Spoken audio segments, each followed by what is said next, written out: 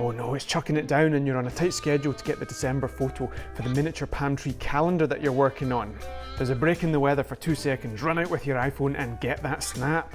The only thing is, when you bring it back in and check it out, it's not that inspiring. Let's jump into Luminar AI and change that sky with one click. Starry Night 2, that looks pretty good. Let's do a bit of pixel peeping. Yep, I think everything is looking pretty perfect around the edges of that palm tree.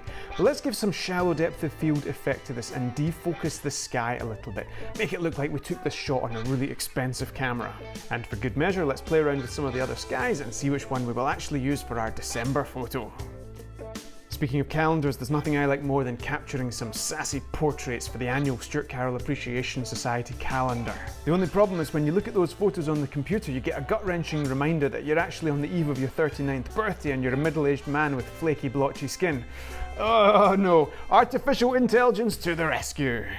Right, let's blow out those skin tones with a little bit of face light in the Face AI tab. Next we can get to work on the eyes. Let's change the eye color and just enhance things a little bit with some iris flare, a little bit of eye whitening and some eye enhancer. What about that wrinkly forehead? Well, at the very least, let's soften the skin a little bit with some Skin AI. This way it hits all the skin but doesn't affect any of the detail of the eyes, the nose, the mouth, etc. But it has, however, made my stylish stubble a little bit fuzzy. Not to worry, we can erase that from the mask and make sure you can see every little pore in perfect detail.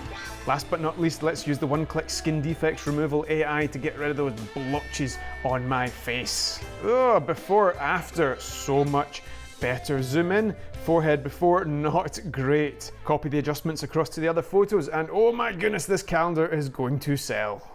We partnered with Skylum, the company that makes the Luminar photo editing software, about 18 months ago at the end of 2019. And at the time they were running Facebook ads for Luminar 4, their software at the time, and their flagship feature was AI sky replacement, this one-click way of replacing a sky in a photo.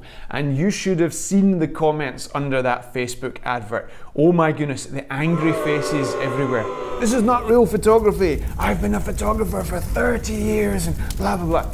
The vitriol directed towards this dreadful one-click sky replacement and therefore this dreadful piece of photo editing software was so apoplectic that it got us wondering, do we even want to be partnered with this company?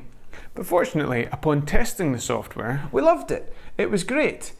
If you're a professional and time is money, who wouldn't want to do something in one click that previously took many minutes or even an hour or even longer, or at the very least required a fair bit of investment in time and learning to get to the point of doing it quickly? So if you hate the idea of that, you hate the idea of improved productivity.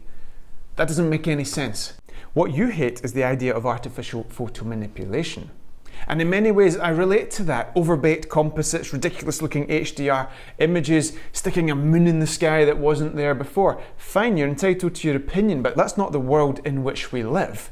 There's a demand for that at the end of the day. In a commercial application, everywhere you look, photos are manipulated artificially. It's image manipulation, it's not pure photography. And keep in mind as well that there's a word for all of this stuff. It's called photoshopping. So you can take your problems up with Adobe. They were in on the act a long time ago. They're the ones you have a beef with, not these new competitors that are trying to get a piece of the action.